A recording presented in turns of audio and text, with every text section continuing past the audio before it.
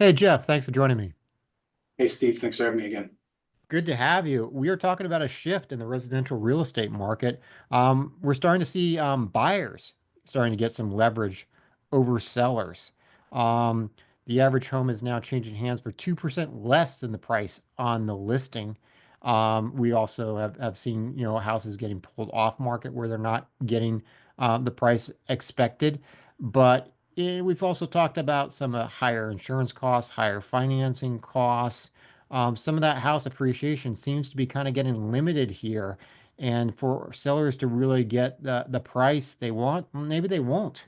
Maybe they're actually going to have to give up some on price. And, some of your thoughts as we're starting to see some of in residential real estate, some of the power go to the buyers here. I think in reality, you start talking about numbers where they're like 1% and 2%. Yeah, it changes the needle a little bit, but I think in reality, 1% and 2%, the average home price is $500,000 across the United States. You're talking about $5,000 difference in a price change. I typically say, if I'm putting a property for sale and somebody offers me within 10% of the purchase price, you could probably negotiate some back and get where close to where you want to be, but in reality, what's 1 or 2%? Yeah, I think it's more of, again, editors and writers try to overstate things, but maybe at least for the short term, it looks like we've kind of maybe found a ceiling on the price appreciation. Yeah, That at least isn't going up. Maybe it is a bit of an overstatement to say all of a sudden the buyers have all the leverage, but it looks like a much more even playing field. Um, you know, and some of the other data here, U.S. existing home sales fell 4.9% in January from the prior month. yeah, Um, last year home sales fell to the lowest level since 1995. Prices did continue to trend higher. The national median existing home price in January was up about 4.8% from a year ago.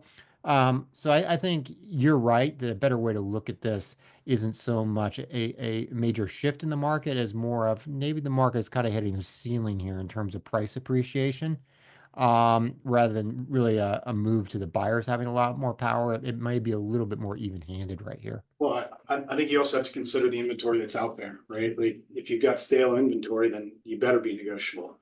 And that's essentially gonna impact some of the numbers we're talking about. And if you've got inventory that's sitting there and you're competing against newer inventory and you've got to move the property, well, you might reduce the price or you might sell for something that's slightly lower than what your asking price is.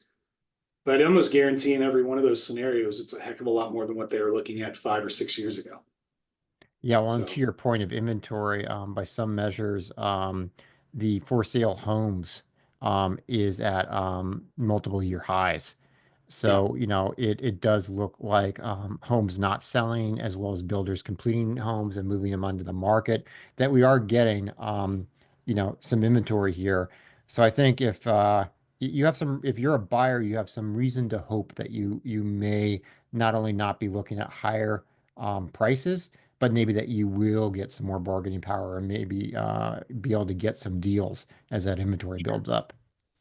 sure. Okay. Hey, thanks for the insights. If you enjoyed the video, give us a thumbs up, subscribe if you haven't. Visit our website, selectfincap.com, register for our free real estate newsletter, and get a look at exclusive commercial real estate investment opportunities. Thanks a lot, Jeff. Thanks, Steve.